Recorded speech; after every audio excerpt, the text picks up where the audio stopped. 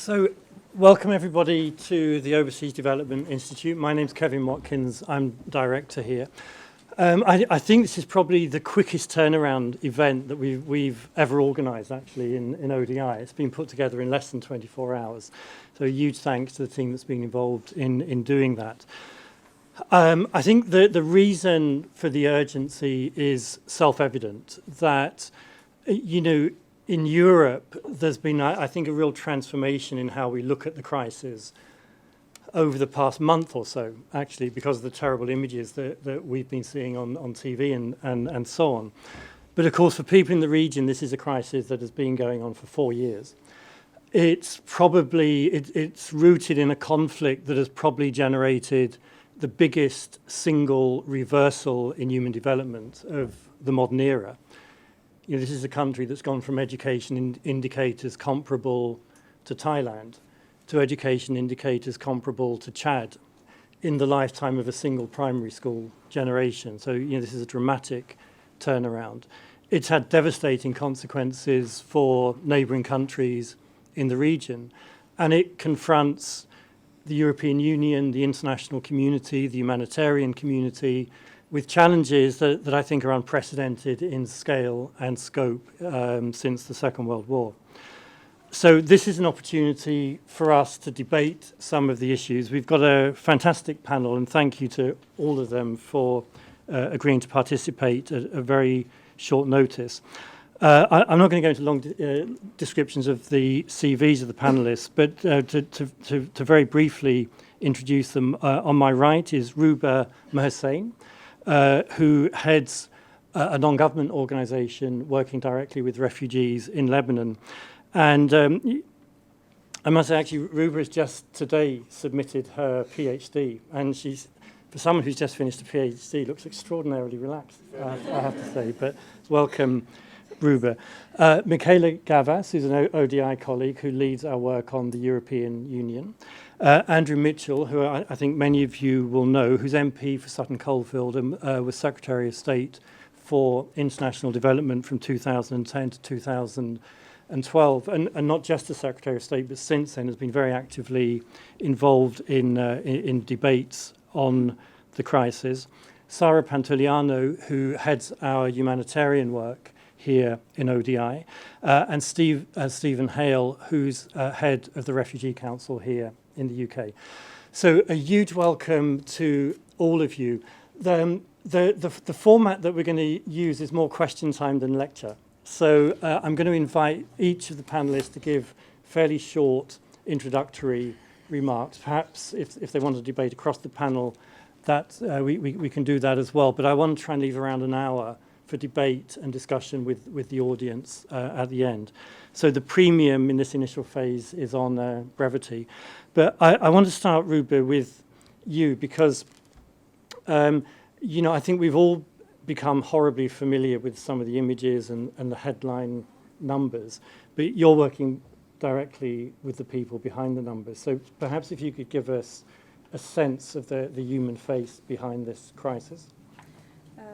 Thank you. And I think this is a very good question to start with. And it helps me also put into perspective the 2015 EU refugee crisis. This crisis didn't start today. It's not something that started in 2015. I'm going to try to illustrate that with a very small anecdote. Just imagine that you're a woman. Your name is Najah. You have 2 children. You fought really hard with your husband to kind of buy your house, secure your job, a job for your husband.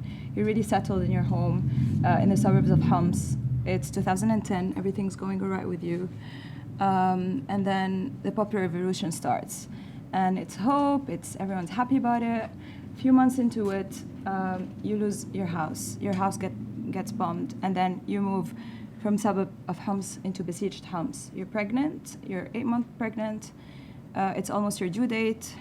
It's impossible to stay in besieged Homs anymore. You have to leave because at some point you have to, give birth to your baby. So you decide you have to get out of besieged Homs. You take the road, 5 or 6 checkpoints to arrive into another safe city. A few months into that city becomes not safe anymore. And you're like, you have nothing else to do than to other than move to Lebanon, the first neighboring country that will host you. Of course, you don't have the ID because you left it behind, so you can't cross the border legally. What do you have to do? You have to take a 15 to 17-hour journey by foot inside the mountains with your three children to arrive to Lebanon. You arrive in Lebanon, it's 2012. You spend 2 years in rotten refugee camps, and I mean it. I've been there, worked there. They're really, really in horrible conditions. You're under-supported. You're targeted from the host community because it's a country of 4.5 million, hosting now almost 2 million refugees, if you count, the illegal numbers. So in the Bekaa Valley in Lebanon, it's winter time. Your tent floods at least 2 to 3 times, which means you have to move your tent 2 to 3 times inside the Bekaa Valley. After that, you're like, Lebanon closed its border for refugees. You have to go to Turkey. You must go to Turkey. You arrive there. It takes you about 2 weeks to settle there. It's 2014 now.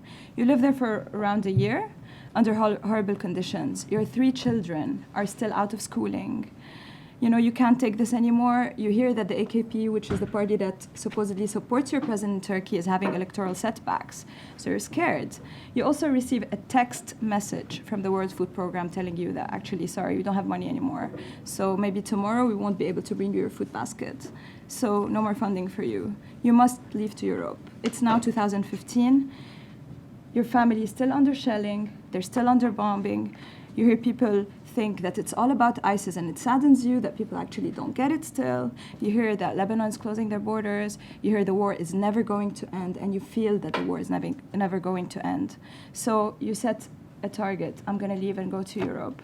But first, you have to spend at least 5 to 6 months to gather enough money to be able to be on the boat, right? It takes around $4,000 to $5,000 at least each head to be on the boat. So it's 2015.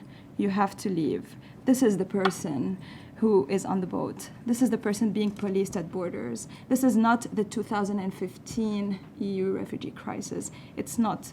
This hasn't started today, but almost 5 years ago now. This is not the year of crisis. This is the culmination of years of a crisis in humanity, actually, and a failure to address the real problem. So, just to put things into a bit of perspective, because we are all here very privileged. So imagine you go on a vacation for like 10 days. You're sitting in Airbnb or like in 3 to 4 star hotel. You're enjoying your time for 10 days. But then at the end of these 10 days, you feel, guys, really, like, I just want to go home, home sweet home. And this is, of course, not comparable because the experience they've been going through is nothing like that. But this is exactly the feeling of each refugee who's coming into Europe. That feeling of, just take me home. I want to be home. I don't want to be in Europe. I just want to be home, sweet home.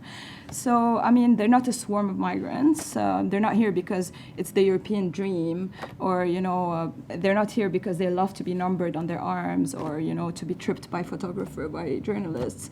They're just here because it's a right. And it's a right, and it's, there's just seeking refuge. It's not a dream. It's not a matter of privilege. It's just a matter of rights. I have so many points to make, but I think this is just me trying to put a human face into the crisis. Thank you, and you've done that really very successfully. Thank you. You'll have an opportunity to make some of the broader points as we go along. Andrew, you've been involved in this crisis pretty much from the outset, actually, from when you were Secretary of State, and I know you're very engaged on the Lebanon in particular at that time. But in the last week, you've been into parliamentary debates, and I guess it would be really instructive to get your sense of how the politics of this are shifting, and whether you think we're getting into an area that that we can identify solutions and really what needs to happen over the next period. Well, look, I'll come on to the refugee crisis and Britain's role in that later. Okay, we are seeing coming to Europe 3% of the people who are caught up in this crisis. 3%. This is a catastrophe which it will take generations to recover from. It is the utter destruction of a 21 million second world country. And there's a lot of misunderstandings about this, but at the end of the day, you have got to address the causes of this crisis as well as the effects. And that means stopping the fighting. That is what has got to happen. And we've got to protect the people who are exactly as Ruba described them in her opening remarks.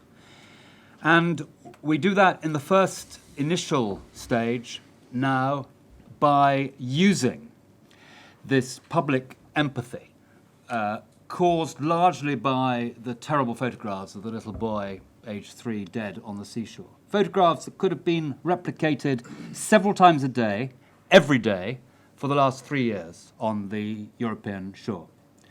One photograph that changed Britain's press, some of whom are writing the most disgusting articles about the way we treat people who come across the ocean. But they've changed now. They believe Britain should take in refugees. But what I'm saying here is we have got to protect these people in their own country. We're only seeing 3% of the people pressing on Europe. And we do that by setting up no-fly zones. And lots of people will tell you that it can't be done, it's too difficult, and so forth. It's got to be done.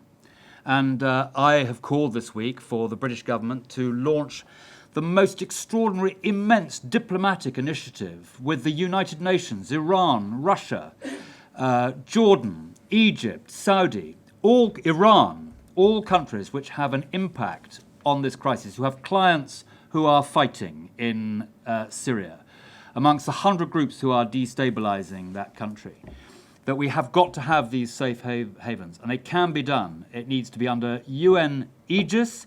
It needs to be a Chapter 7 assignment, so that the forces protecting these no-fly zones, these safe havens, can protect the people there. It may well need NATO air power to protect from the air, but it needs boots on the ground, preferably Jordanian or Egyptian or others from the region, not British boots. But these boots will be in a defensive capacity, not an offensive capacity. It's completely different from the no-fly zone, which is taking a part in this complicated fighting. A humanitarian protection zone is just about protecting people. Does not have a dog in this fight in Syria. It would only fire if it was fired upon. It's protecting innocent civilians. And I've suggested 2 of these locations. One is up towards the Turkish border in Abdil, and the other is in Daraa, across the border from Jordan. And the sooner we get on with this, the better. If I was the Prime Minister, I would fire any official who told me this could not be done. And they have to do it.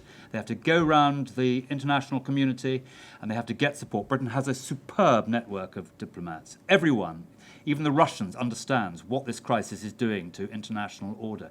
The UN exists. If you are one of the people who Ruba has described, the UN exists to protect you. That's what all this waffle about the responsibility to protect is about. And the international community has to confront the causes of all of this. And as I say, we can come on to talking about the refugees, what is the right thing to do, what on earth we do about what is happening in Lebanon, which Ruba mentioned, where you've got about 1.2, 1.3 million refugees in a country of 4 million people. That's the equivalent of Britain having 20 million refugees. The rations, as Ruba described, have been cut in some cases by 50% because other countries, not Britain, have not stood by their commitments to the World Food Programme and to the UNHCR and so on. We need the international community to wake up to their responsibilities in this matter and tackle these causes. Thank you. Thank you. Andrew, before I think the no-fly zone and the humanitarian corridor idea will be discussed after. I did want to ask you before we moved on about this balance in the UK response between what we're doing for refugees in the region and, as it were, the problem in our own backyard, the European side of the problem. Well, Britain need take no lectures from anyone about the contribution we have made to humanitarian relief. In 2012, thanks to wise people and officials and other experts, was aware of the catastrophe that was looming. That's why I put an immense amount of British taxpayers' money into the Za'atari refugee camp. Very hot and dusty in the summer, very cold in the winter. You need porta cabins, and that's largely what is there, as well as tents. And that's now one of the biggest refugee camps in the world. People came across into that camp often under gunfire from Syria. And Britain was there first in immense amounts of support and money and effort to galvanize the need, the ability of the international community to help these people. And that's the right response. And other nations that are now trying to point the finger at Britain for not taking more refugees here should hang their heads in shame. They have not done what Britain has done in terms of looking after Syrian refugees. The vast majority, as Ruba said, of those who have been driven out of Syria or are displaced, they want to go back to their own communities from which they've been driven out by violence and conflict. They don't want to start a new life in a new continent. But Britain has taken about 5,000 in the last 4 years. We will, of course, take more, as we should. We will take them from the camps so as not to act as a sort of incentive for people to come to Europe in the hope of getting to Scandinavia or Germany or Britain.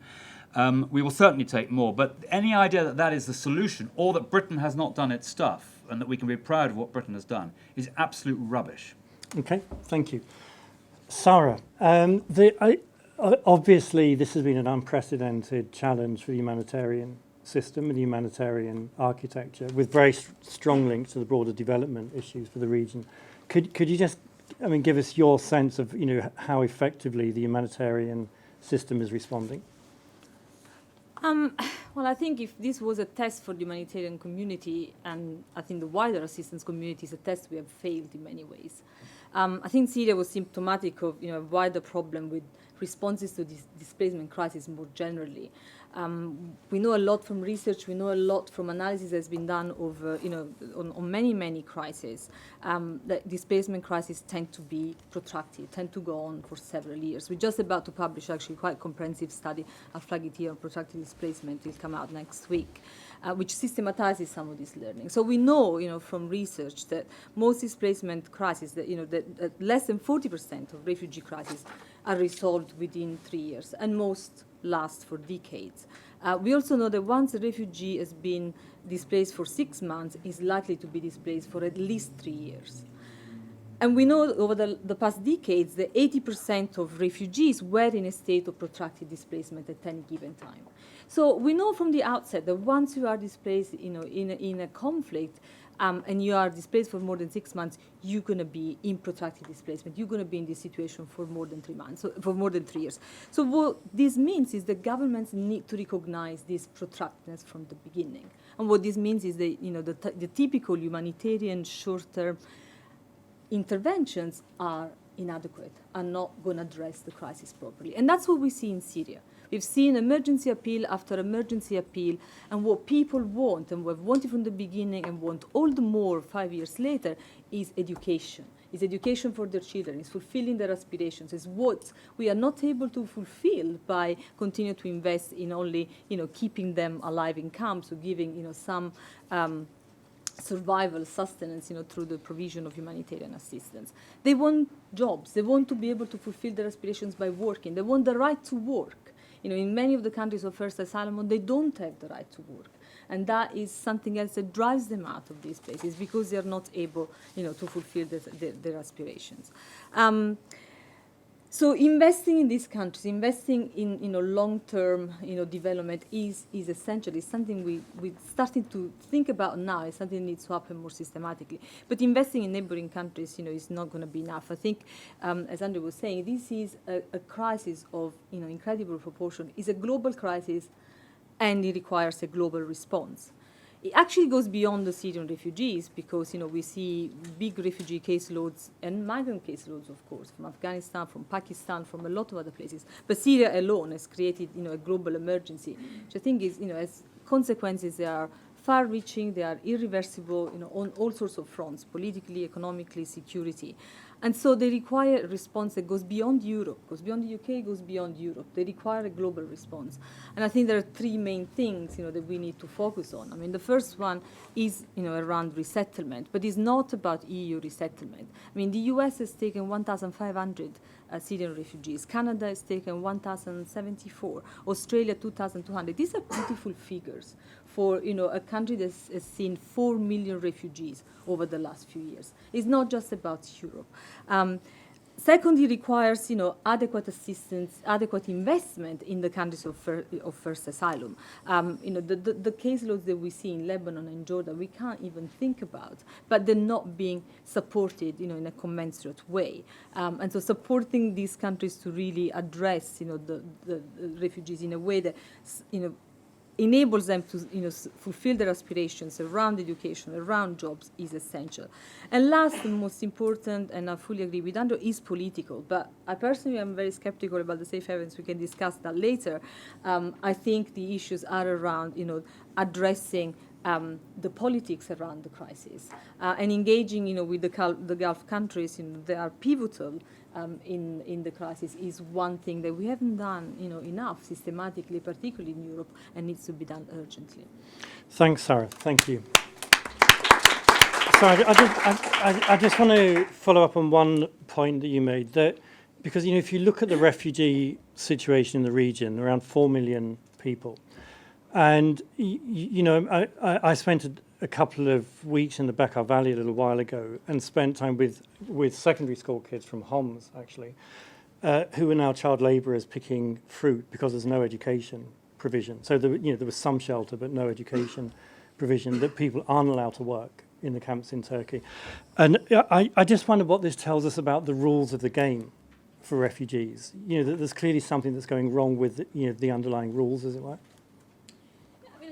About the rules of the game, it is obviously, when you have such a massive arrival of people in country, you don't immediately have the means. You are struggling to address, the needs of your own population. It becomes all the more difficult to absorb, 1 million people that come from next door. And over the last 3-4 years, there has been, never-ending negotiations about what an investment in education would look like in a country like Lebanon. And we've focused on a lot of technicalities and fundamentally have not addressed what is a human right for all of these children. We've been out of education now for almost 5 years. We still lost on technicalities. We still haven't found a way to support the government of Lebanon to help children be in school. And likewise, even in Jordan, Jordan is by and large responding, thanks to its own, investment. There is obviously some international assistance. It's not commensurate. And this is what people want, first and foremost. Thank you. Stephen, let's go on to you, because you're dealing with the problem, as it were, from this end of the spectrum, arrivals and people aspiring to get to the UK. Can you give us your broad sense on the effectiveness of the response so far? So Refugee Action is a UK charity, and we're the primary deliverers of the existing resettlement programme in the UK, which has existed for around 15 years in the northwest of England. I don't want to look back at the effectiveness of the response to date, because I think there's an awful lot that could be said about it, but absolutely everything has been thrown up at this moment. So I think it's a tremendous moment to look forward, and that's the right thing to do. I think it is useful to be clear about why it changed, because I don't think it was just that photograph. If you look at the mobilisation that's going on, which is not controlled by Refugee Action or Avaz or Christian Aid or any other organisation, it is taking place entirely spontaneously in hundreds of towns and cities. I think it started in the second half of August because people were so angry about the language of marauding migrants, and they were so angry about the language of swarms of people coming to Britain. And that's when those groups set up, and that's when people began to go to Calais, with varying degrees of sophistication in terms of what they were delivering. But that's when this really started. And so people responded to that. People came back and said, that's not, I don't feel that way. I don't want to be in that kind of country. That's when this thing started. And the photograph was the tipping point. I think it's really important to build a way forward which delivers in terms of the scale of the need, but also which is politically sustainable. I've played too many roles in my life in NGOs where I've called for the government to show leadership, which normally means, please, could you do something which is very unpopular? And I don't want to see the government doing things which in 6 months they're unravelling because there's public resistance to it. So I think there are 5 very, very simple principles for how the government should respond, which will both deal with the crisis and be politically sustainable. The first is this. This is not just about Syrians. There is a global refugee crisis, and there is a movement of people, many of them Syrian and many of them not Syrian, who are moving into Europe and who are refugees elsewhere in the world. The second principle is urgency, which has been entirely lacking And suddenly we have a whole of government problem. The Prime Minister is leading, and that's terrific. A lot of this has got to be filled out, but the urgency is finally there, and it needs to stay there. The third thing is we need to be collaborating internationally on solutions which are consistent with the scale of the problem. And there's been clearly a major failures in terms of the international diplomacy around this, not least at the EU summit at the end of June, when it took, I think, the leaders of 28 governments until 2 or 3 o'clock in the morning to be unable to agree how we could resettle 40,000 people over 2 years. And if you look at the UK's pledge at that point, they counted all the people we were already resettling. So, that's a pretty abysmal failure of leadership. The fourth principle for me is we've got to channel the public's desire to help, to welcome refugees, to be a part of this. And a lot of the offers that are coming at the moment are quite confused. So we've got to find a much better way of enabling people to welcome refugees to be Britain, part of a step change.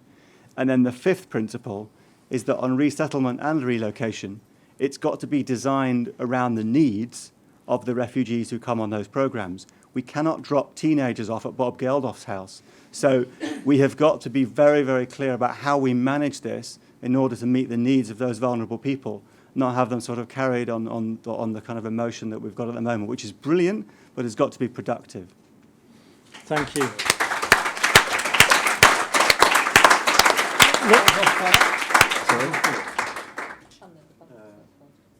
Channeling public design.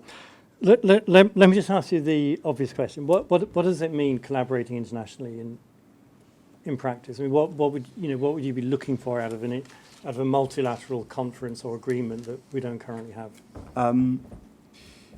I think the immediate question is what might come out of the EU ministerial meeting on Monday, which obviously was called by France, called by the UK, called by Germany. Very, very encouraging sign that a meeting got called outside the normal cycle by those three countries. But clearly, we've got to deal with the situation on the ground in the countries in southern Europe. I entirely agree with Andrew that we should be very, very proud of our contribution to investing in supporting refugees in the region, and that's something that other people have got to step up and do. I think it'd be very unfortunate if we started calibrating the politics of this around how many people are resettled into individual countries. It's not the only barometer, but there are people, not just from Syria, but from other countries who are either vulnerable or who have been in refugee camps for a very long time. I have myself, in observing refugee actions work, met people at Manchester Airport who spent 21 years in refugee camps. So whether it's Syrians or other people, there are people who cannot, in the long term, live in refugee camps and need an opportunity to rebuild their lives. And we've done it in the past, and we should do it again. Thank you, Stephen.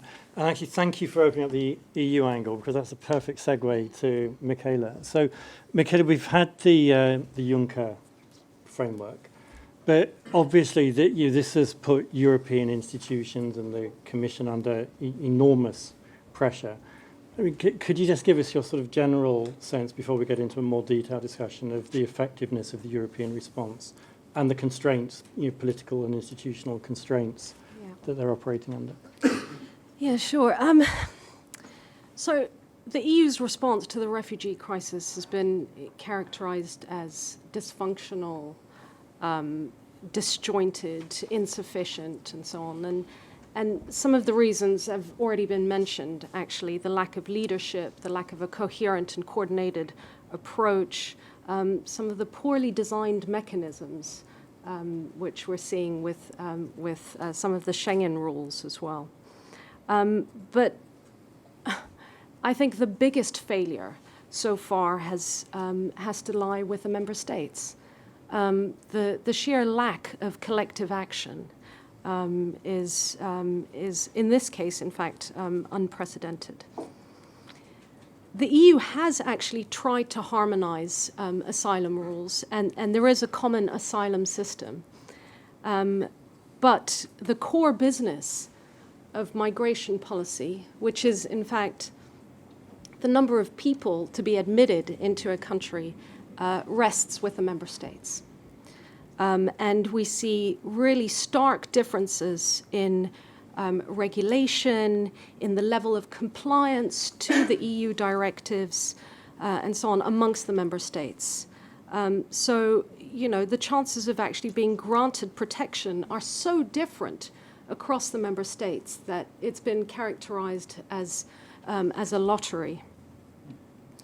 And then there's this flexibility rule in the EU system, which allows more of the reluctant member states to actually step aside. And this has constrained the EU's role in consolidating and coordinating a common approach, and it's led to serious fragmentation. But if I could just pick up one point, it was a point that Andrew mentioned, and also Ruba, about the long-term nature of the crisis, and the fact that this is a crisis that's here to stay. And what I feel that the EU has failed to do is really drive forward a comprehensive approach. Juncker, in his proposals, actually mentions addressing the external dimension of the refugee crisis. And that essentially means looking at the security and the conflict dimensions, the humanitarian response, reconstruction and reconciliation, the role of development aid, diplomacy, political engagement, and so on. But at the moment, the way the EU institutions work is not conducive to allowing that comprehensive approach. There's too much of a split between what's happening in the Justice and Home Affairs section of the Commission versus what's happening elsewhere in the external relations dimension. And so this has resulted in conflicting policy goals, reinforced differences, with the Justice and Home Affairs officials focused on a restricting environment, border controls, border management, with the development and external relations officials who take a defensive approach, seeking to avoid the use of development policy and development aid to prevent migration flows. So it's until the EU institutions, and in fact, the same goes for the member states, until they're able to come up with a whole of government coordinated approach, they will not be able to address this crisis effectively in the long term. Michaela, thank you. Let me just ask you one question, because Andrew made the point that in the end you have to tackle the problem at source, and it's going to take a political settlement, and that means engagement with regional powers, many of whom are fostering the crisis on the ground. And there is a sense, I think, of many people that at a European Union level we've somehow disengaged politically from the. Europe has been very focused on the Ukraine, on the Euro crisis, on Russia, and has sort of taken its eye off the ball as far as the political engagement in the region is concerned. To be honest, I'm not sure that is the case. I know that diplomatic efforts have been stepped up quite substantially, especially in relation to Russia and Iran on this crisis. There was a strategy presented by the High Representative Mogherini, which focused on sort of elements for a regional strategy in dealing with Syria and Iraq, which looked at the full range of EU instruments and mechanisms to sort of engage in that. So I think a lot of this is happening behind the scenes, but I know that, there has been renewed efforts. Thank you. Actually, before I throw it open, I wanted to come back to one area, because Andrew, you set out in a very articulate and passionate way the case for humanitarian corridors, and Sarah, you expressed some doubt about not corridors, areas, specific zones, areas. yeah. But you expressed some doubt about that. Could you, before we just throw it open for broader discussion, maybe just to set out what your concerns are? Sure. The concerns are on a number of levels. First of all, the practicality of actually creating these spaces, and obviously you refer to that. I think we must do it. Yes, maybe we can get to a situation where the Security Council will agree to create these safe havens. But even if that was the case, and I'm skeptical on that, I'm just looking at examples from the past of where they have or have not worked. And of course, the worst possible example is Srebrenica, where we had a safe haven which would, if you want, had defensive power, attached to it, but obviously didn't work.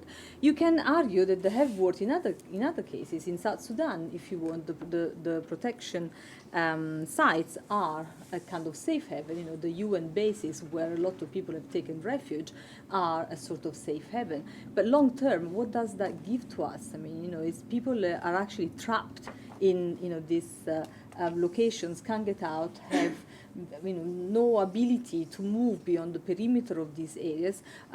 We don't know that, if actually, and there has been the case, for instance, in Malakal, like in Srebrenica, where the peacekeepers have been attacked and have not engaged, directly in fire unless, they've been personally attacked, so they've not protected civilians directly. So we know that, they could still, leave people vulnerable, but more fundamentally, long term, I am not sure, they provide really a solution, to the plight of people, because they will be, they will inevitably be stuck unless there is a political solution to the crisis that, quite frankly, at the moment, I can't see. Andrew, do you want to respond? Well, I profoundly disagree with that. Here are some of the reasons. Firstly, the benefit of safe havens is not just the safe havens for the people who are there. It's also that the process by which a permissive environment would be sought would be one which would engage a lot of different politicians who are not engaged at the moment. And it would move us, I think, towards what I described as the tackling of the causes of all of this. Safe havens, of course, don't tackle the causes directly, but it would move the political process along just in setting it up and having these negotiations. Secondly, your two arguments were one of scepticism and one of the bad examples in the past. And Srebrenica is a terrible example, I agree. But, there are other examples as well. Rwanda, where the international community did nothing at all, wrung its hands. And at the end of the Rwandan, the international community is, the Rwandan genocide, the international community is cauterized by guilt and shame at what happened. That is the direction we are heading in at the moment in this crisis. And, I was a United Nations peacekeeper in very different circumstances a very long time ago. But the fact is, no one ever attacked, none of the protagonists dared to attack us because we had overwhelming superiority in weaponry. And they knew that if they attacked, they would be repelled.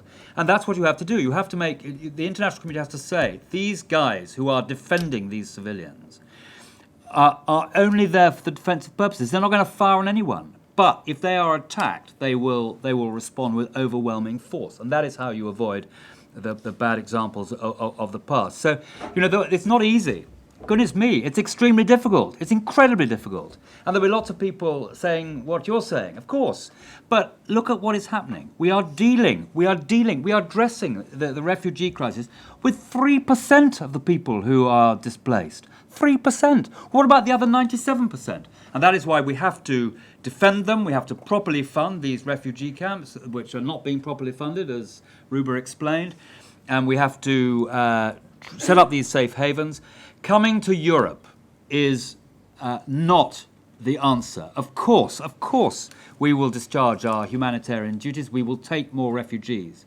A smallish number. We're not in the same position as Germany. Germany has a lot of empty homes. It's an immigrant attracting country. Britain is not. And remember this, that the whole British development policy, which is based on the point 7, where we are way out ahead of countries which lecture us in this respect, is based on the principle that Britain is trying to help other countries stop conflict, build up prosperity, build stability, respect for the law, women's rights and so forth.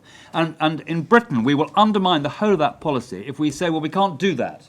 The threat of conflict and climate change is such that we're going to have to deal with massive migration coming to Europe, coming to Britain. It undermines the whole policy, and the original policy is right, and we should stand by that. But at the end of the day, of course we will do our duty, but we have to think of the 97% who are going to come into play unless we look after them and protect them as close as possible to their homes. And I'll just make one other point, which is most of the refugees, I've talked to refugees who've come out of Syria, they do not want to start a new life on a new continent. They don't want to do that. Ruba said as much, I think.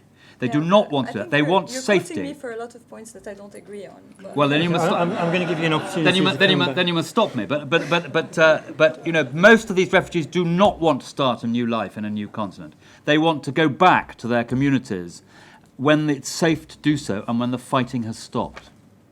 Okay, Ruben, I'm going to give you right of reply before we throw it open. So please. I mean, there are so many things I want to say, but the first thing is I don't understand why we are presenting this as an either-or solution. You know, it's either we do humanitarian work and we write checks, which is very easy to do in faraway places like Lebanon, or we bring people home. You know, it's what do you mean home? Bring people home? For you, your home. I'm just bring them talking here. Yeah. Not bring them to their home. Bring them to a foreign country. To your home. Okay, sorry, English is my third language. It's not my first. It's not an either-or solution. I don't see it that way.